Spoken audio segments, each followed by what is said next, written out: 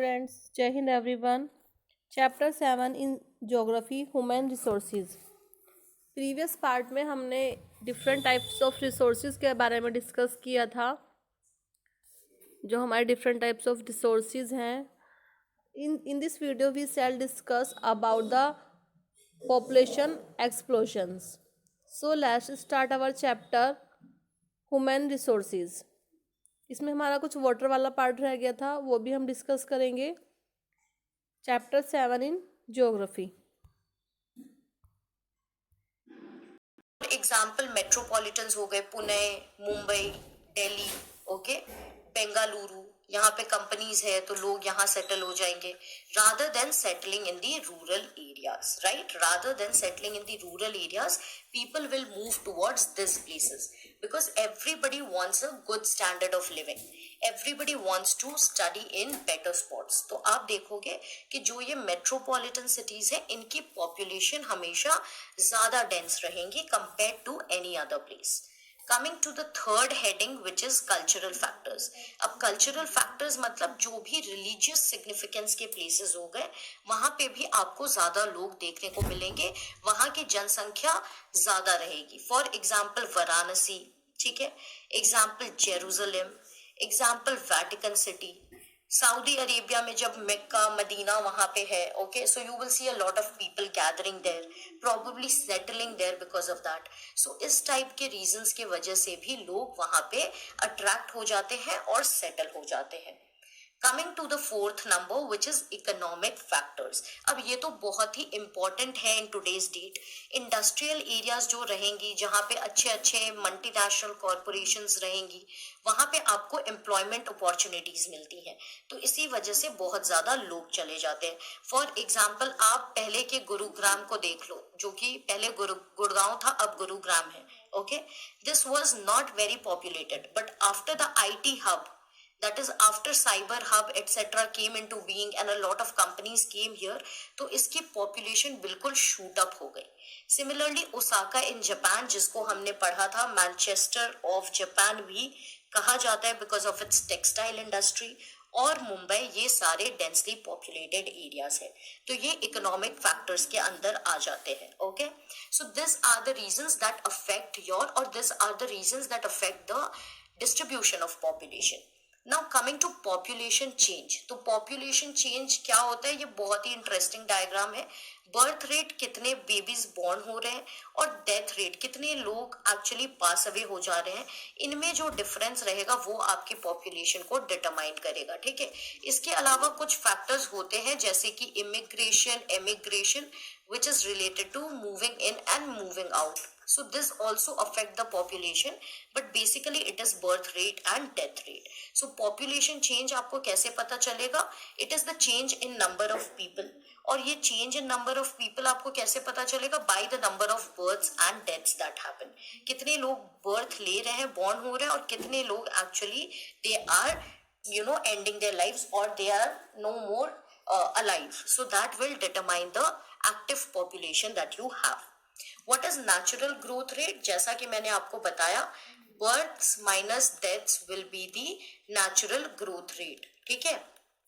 अब क्या होता है, नेचुरल ग्रोथ रेट कब ज्यादा बढ़ेगी? जब आपके बर्थ्स ग्रेटर देन डेथ्स रहेगी, तो आपकी NGR इंक्रीज रहेगी, ठीक है. और जब आपके डेथ्स ग्रेटर रहेंगे बर्थ से, डेथ्स ग्रेटर देन बर्थ, सो आपकी NGR डिक्रीज हो जाएगी. This is very simple mathematics, okay. Difference between birth rate and the death rate is called the natural growth rate. ये कि बहुत ही आप इसी से समझ सकते हो. ग्रोथ की बात कर रहे हैं तो बर्थ रेट कितनी हो रही है, डेथ रेट कितनी हो रही है, इन दोनों का जो डिफरेंस आएगा that will tell you about the growth rate. Whether वो ग्रोथ हुई है या फिर डिक्लाइन हुई है, वो आपको इनके डिफरेंस से पता चल जाएगा. एंड पॉपुलेशन अगर इंक्रीज होता है तो ये increase in natural growth rate की प्रोसेस होती है, नॉट डिक्लाइन. जब डिक्लाइन होगा नेचुरल ग्रोथ रेट में, तो क्या होगा, पॉपुलेशन डिक्रीज हो जाएगी, ठीक है. Clear. Moving to population explosion. Explosion क्या होता है, धमाका या फिर धमाल. like you are bursting crackers during Diwali, okay, so they are explosions basically. कोई भी बॉम्ब्स अगर बर्स्ट कर दिए जा रहे हैं किसी प्लेस में तो वो एक्सप्लोजन हो गए। तो यहाँ पे पॉपुलेशन के कंटेक्स्ट में अगर आप एक्सप्लोजन की बात करो तो एक अचानक से बढ़ जाना या फिर धमाल हो जाना, ठीक है। तो बहुत टाइम तक वर्ल्ड की पॉपुलेशन बहुत स्लोली ग्रो की थी, बट 1820s तक क्या हुआ, वर्ल्ड की पॉपुलेशन 1 बिलियन पहुंच गई।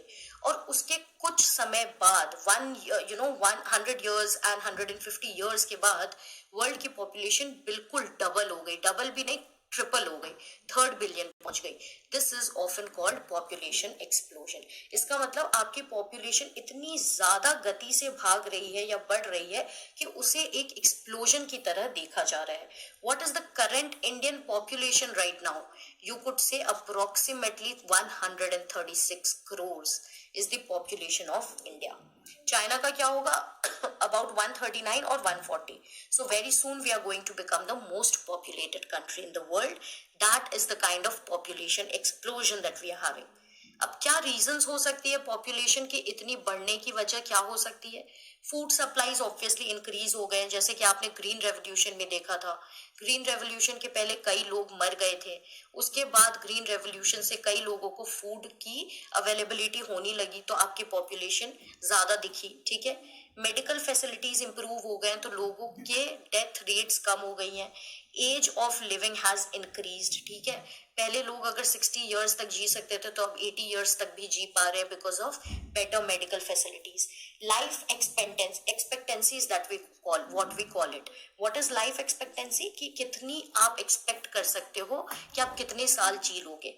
What can be your life, that is your expectation and that is the years, like the number of years you expect to live is your life expectancy। तो ये increase हो गई है, कई reasons के वजह से हो सकता है, एजुकेशन के वजह से हो सकता है, जॉब अपॉर्चुनिटीज की वजह से हो सकती है, ठीक है। आप देखोगे कि इंडिया के कई लोग अब यूएई में बेस्ड हैं क्योंकि Dubai and the other middle east countries they offer you good salaries.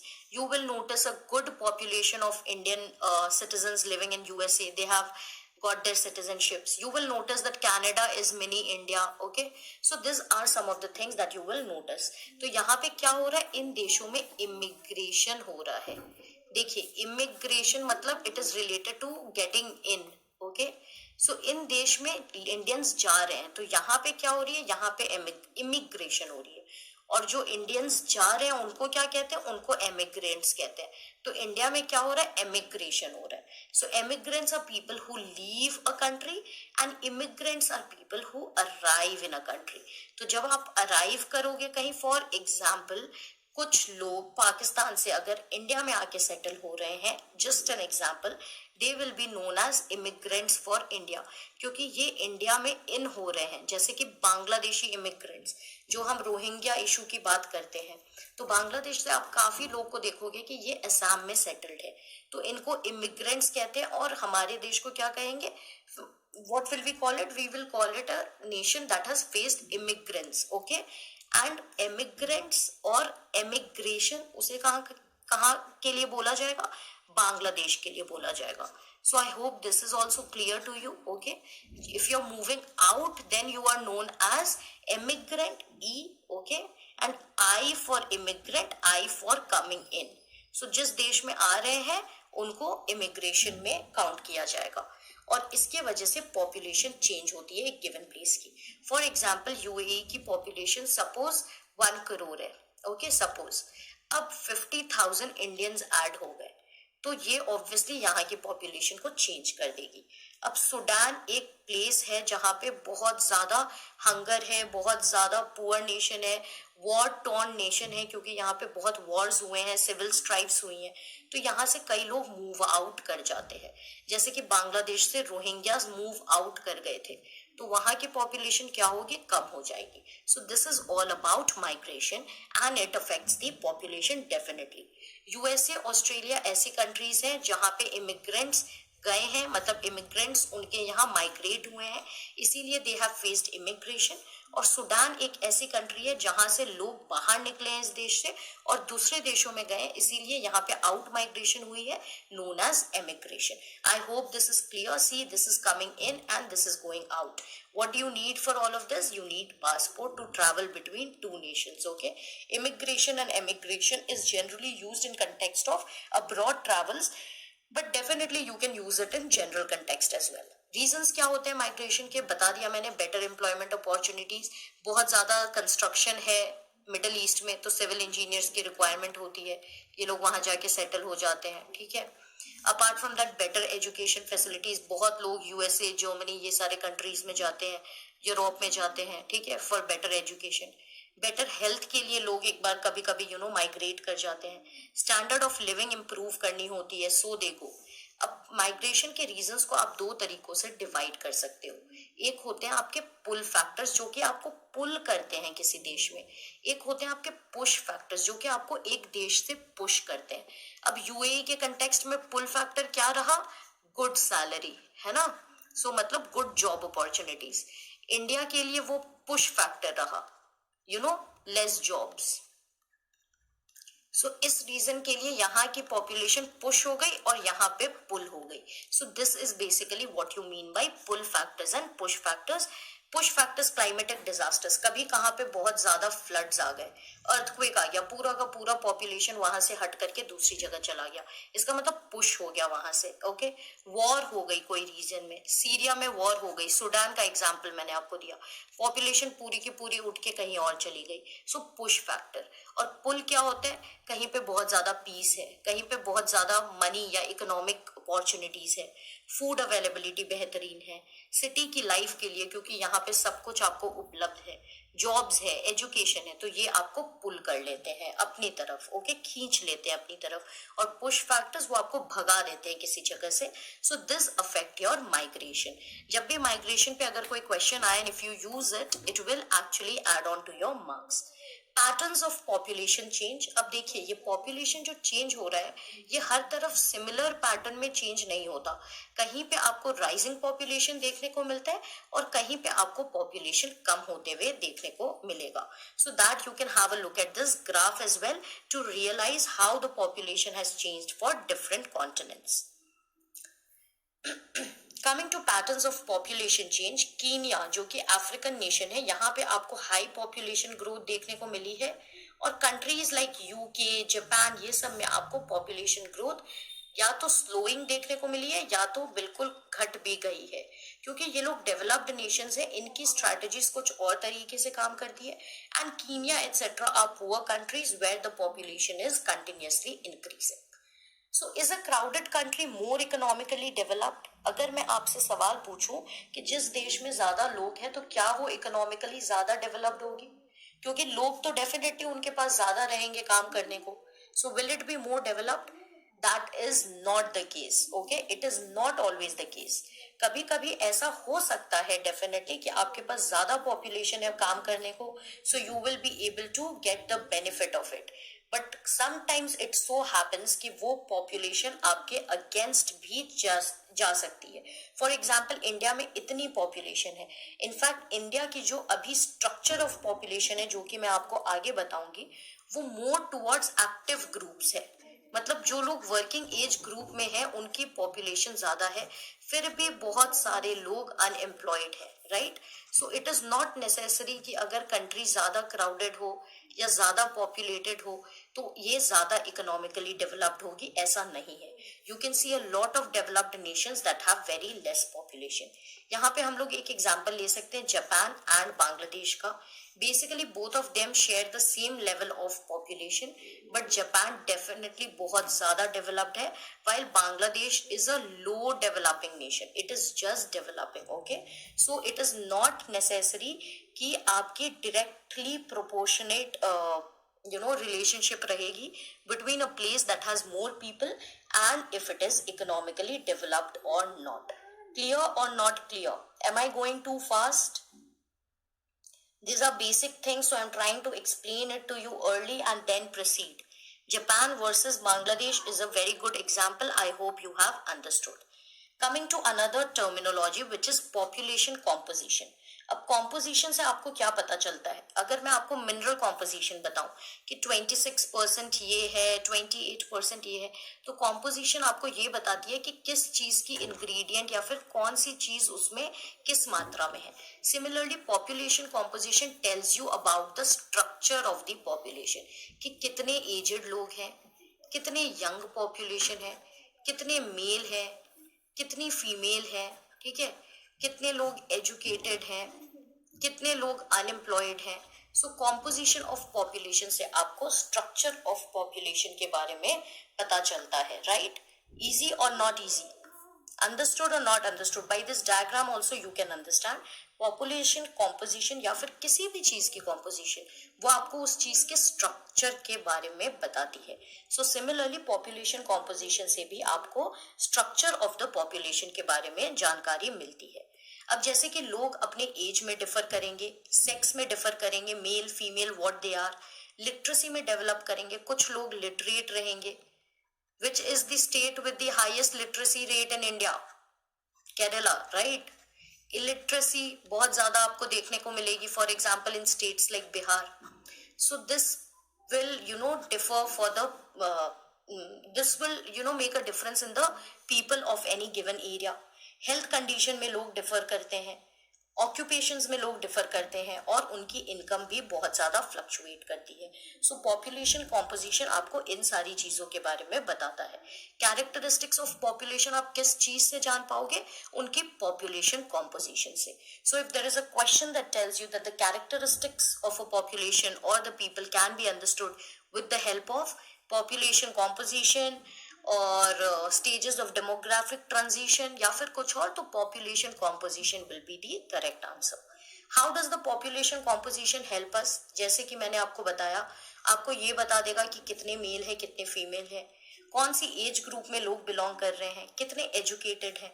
For example India को आज के डेट में एक टर्मिनोलॉजी बहुत ज्यादा यूज की जा रही है with regard to India, which is the terminology of demographic dividend. अब ये क्या है? देखिए, जब हम पॉपुलेशन की बात करेंगे तो demography is just the another word for population. Population से रिलेटेड कुछ भी हो तो उसे हम डेमोग्राफी भी कह सकते हैं। तो India is said to be on the verge of reaping demographic dividend. इसका मतलब क्या है? मैम आप क्या बोल रहे हो इतने बड़े बड़े शब्द?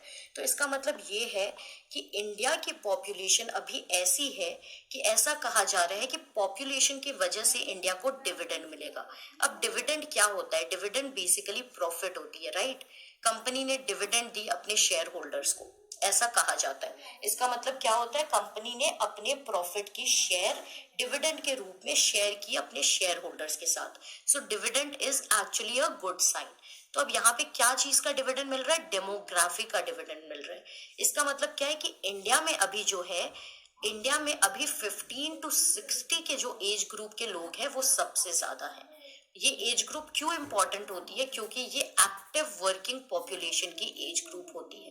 एक्टिव वर्किंग पॉपुलेशन की एज ग्रुप ये होती है। ओके, लेस देन 15 क्या होगा? लेस देन 15 ऐसे होंगे कि बिल्कुल बच्चे होंगे, they will not be able to work, ये डिपेंडेंट पॉपुलेशन है। ग्रेटर देन 60 क्या होगा? Senior citizens. तो ये आपकी इकोनॉमी पे एक्चुअली बर्डन होते हैं क्योंकि ये काम नहीं करते, right?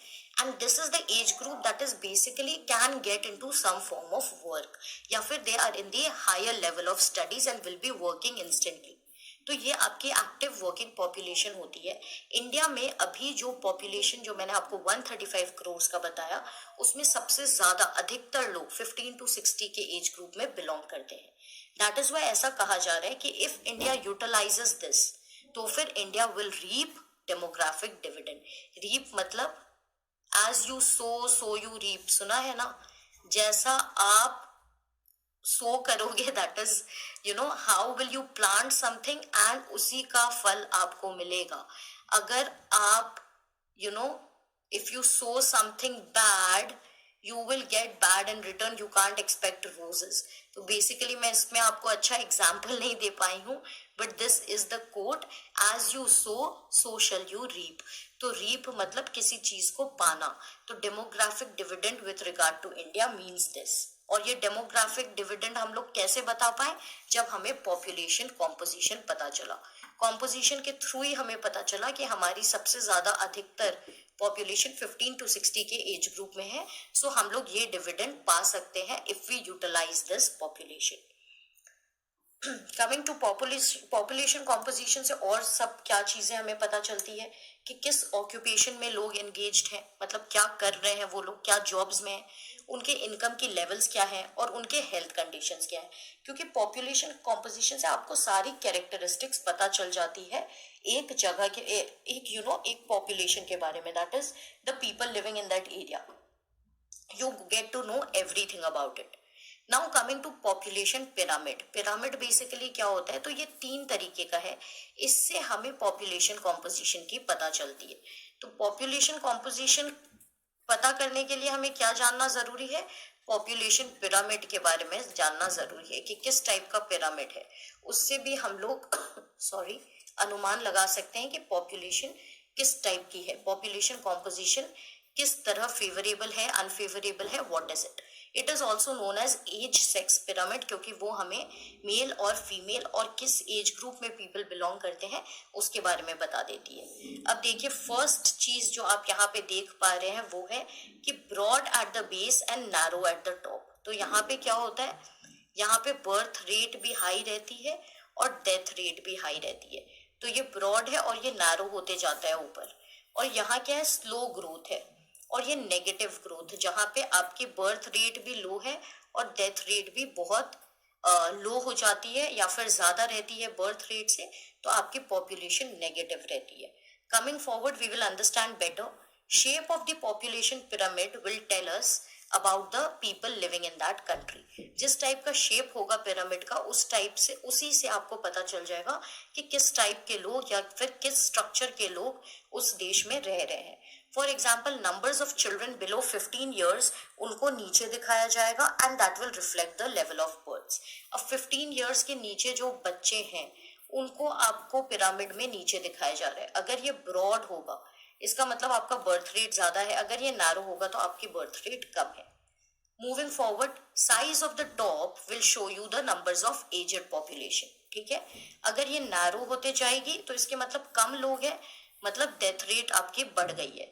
और अगर ये भी ब्रॉड रहेगी ऊपर भी और नीचे भी, इसका मतलब बर्थ रेट भी हाई है और डेथ रेट भी आपकी हाई है। नहीं sorry, 1 second, if it will be broad that means death rate. Okay, yeah, so this is about the pyramid. It tells us how many dependents are there in a country. अब dependents कौन होते हैं, 2 तरीके के dependents होते हैं। एक तो children जो कि below 15 years होते हैं क्योंकि ये अपने parents पे depend करते हैं, और एक elderly होते हैं जो कि अपनी families पे depend करते हैं क्योंकि ये ओल्ड एज में आ गए हैं और अब ये उतने हेल्दी नहीं रहते। और बिटवीन 15 टू 65 क्या है, वर्किंग एज पॉपुलेशन है, और इंडिया में सबसे ज्यादा लोग अभी इस पॉपुलेशन के हैं, इसीलिए मैंने आपको वो डेमोग्राफिक डिविडेंड वाली चीज बताई। शेप्स ऑफ द पिरामिड, अब देखिए, broad at base, narrows at top. यहाँ पे ब्रॉड है और यहाँ पे नैरो हो गई। इसका मतलब क्या, इसका मतलब बर्थ रेट भी हाई है और डेथ रेट भी हाई है, क्योंकि लोग यहाँ पे कम हो गए, राइट। सो डेथ रेट भी हाई है, बर्थ रेट भी हाई है। यहाँ ब्रॉड है, यहाँ नैरो हो गई। नैरो का मतलब क्या, नैरो का मतलब कम पॉपुलेशन है। अगर एजेड लोगों की कम पॉपुलेशन क्यों है, क्योंकि डेथ रेट हाई है। Sorry, so many children are born but large percentage of die. Basically ये पॉपुलेशन पिरामिड जो है, इसको ना स्टेजेस ऑफ डेमोग्राफिक ट्रांजिशन भी कहा जाता है। क्या कहा जाता है, स्टेजेस ऑफ डेमोग्राफिक ट्रांजिशन। सो ये जो पिरामिड आप देख रहे हो, ये बेसिकली फर्स्ट स्टेज को बिलोंग करता है। ट्रांजिशन मतलब चेंज और डेमोग्राफिक मतलब पॉपुलेशन कैसे चेंज हो रहा है। तो ये बेसिकली डेवलप्ड और डेवलपिंग नेशंस में देखा जाता है कि बर्थ रेट भी आपका ज्यादा है लेकिन आपके पास हेल्थ फैसिलिटीज उतनी अच्छी नहीं है, तो डेथ रेट भी ज्यादा है। इसके वजह से ये पॉपुलेशन कुछ इस तरीके का दिखता है। इस की एग्जाम्पल टाइप है कीनिया, जहां पे बहुत लोग मर भी रहे हैं due to hunger, due to poor health facilities, due to poverty, and बहुत लोग पैदा भी हो रहे हैं। बर्थ रेट भी हाई है बट डेथ रेट भी हाई है, इसीलिए ये ऊपर जाते जाते नैरो हो जाती है। सो this is one type of the pyramid. Second type क्या है, ये इंडिया की टाइप है। यहाँ पे डेथ रेट्स भी बहुत ज्यादा डिक्रीज कर रही है क्योंकि हम लोग डेवलप कर रहे हैं। This is a developing nation, health facilities are becoming better, birth rates are almost constant या फिर थोड़ा सा डिक्रीज हो रहा है, बट आपकी डेथ रेट भी थोड़ी सी डिक्रीज होते जा रही है, और इसीलिए ये आपको इस तरीके से देखने को मिलती है। सो आप इंडिया का यहाँ पे देख सकते हो कि ये ना कि बहुत ज्यादा ब्रॉड है और ये भी बहुत ज्यादा आपको टेपर करता हुआ नहीं नजर आएगा। So example of this type is India, यहाँ पे बहुत ज्यादा वर्कफोर्स आपको देखने को मिलेगी। और दूसरी टाइप क्या है, जहां पे बर्थ रेट भी कम होते जा रहा है और डेथ रेट भी बहुत कम है। तो ये कौन से नेशंस का होता है एग्जांपल, ये डेवलप्ड नेशंस का, क्योंकि ना तो ये लोग ज्यादा बर्थ्स गिव करते हैं और ना ही इनके कंट्रीज में जल्दी से डेथ्स देखने को मिलते हैं, क्योंकि इनके पास बहुत एडवांस टेक्नोलॉजी रहती है। सो इनकी क्या हाई रहती है, what is high in this countries, in developed countries, life expectancy is very high. Life expectancy मतलब number of years people are living is very high. इसकी एक एग्जांपल जो नैरो एट द बेस वाली की example हो सकती है Japan, क्योंकि यहाँ पे बहुत कंट्रीज डेवलप्ड हैं, ये लोग के पास more than one child generally नहीं देखे जाते और डेथ रेट्स भी बहुत डिक्रीज रहते हैं, इसीलिए ओल्ड एज पॉपुलेशन भी ज्यादा रहती है इनके पास। आप यहाँ देख सक रहे हो और यहाँ देख सक रहे हो, यहाँ पे थोड़ा सा नैरो है और यहाँ पे काफी ब्रॉड है बिकॉज डेथ रेट्स यहाँ पे कम है। Okay, example of this type is Japan. So this are the various shapes of the pyramid. So all in all we have covered everything that is related to human resource, जो भी important चीजें हैं देख ली, और population के in and around जो भी concept revolve करते हैं वो भी देख लिए। If you have any queries please put it out in the comment section, वरना हम लोग जो एमसीक्यू लेसन करते हैं वहां पे तो डिस्कशन हो ही जाएगी। And how can finally we be a human resource, so by being skilled, अपने स्किल्स को इम्प्रूव करना है, अपनी स्पिरिट्स को स्ट्रॉन्ग रखनी है, डीमोटिवेटेड नहीं होना है because demotivated will not land us anywhere. अपने स्पिरिट्स को स्ट्रॉन्ग रखना है that we can do it, we will achieve it by being hopeful about the future and by having a positive outlook. तो positive outlook वाले लोग को क्या कहते हैं, optimistic. So what should you student